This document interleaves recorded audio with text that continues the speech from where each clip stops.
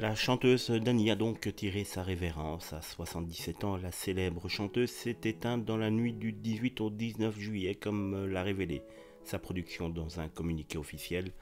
La production de Dani, à l'infinie tristesse de vous annoncer son décès, elle venait de finir la tournée de son album Horizon Doré et elle achevait déjà les mix d'un nouvel album qu'elle avait malicieusement choisi d'appeler Attention départ. Nous étions prévenus, elle avait juste oublié de nous dire qu'il serait imminent. Des bongs et des bangs. Dani en a vécu et nous en a fait vivre. La rencontrer, c'était s'embarquer dans une course folle où l'amour était le maître mot.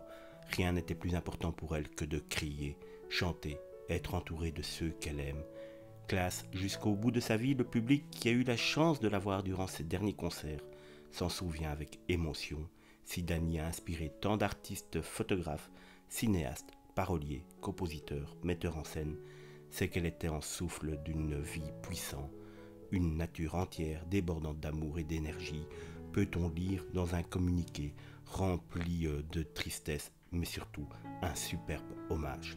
Ses proches, ses amis, les artistes qui ont croisé sa route, nous sommes tous orphelins de cœur dans ce dernier album dont les chansons ont toutes été écrites par des femmes et les musiques composées par son acolyte, son double artistique, Émilie March. Dani nous a laissé des messages et des baisers. Elle en distribuait tant. Dans un de ses messages en guise d'épitaphe, elle chante « Marqué simplement, j'avais raison », a conclu l'équipe de Dani en deuil. L'artiste a donc laissé derrière elle une carrière qu'elle a tenue à poursuivre jusqu'au bout avant de rendre soudainement son dernier souffle.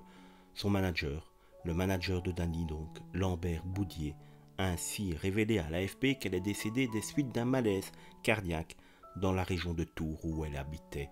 Une disparition soudaine pour tous ses proches. Repose en paix, Dani.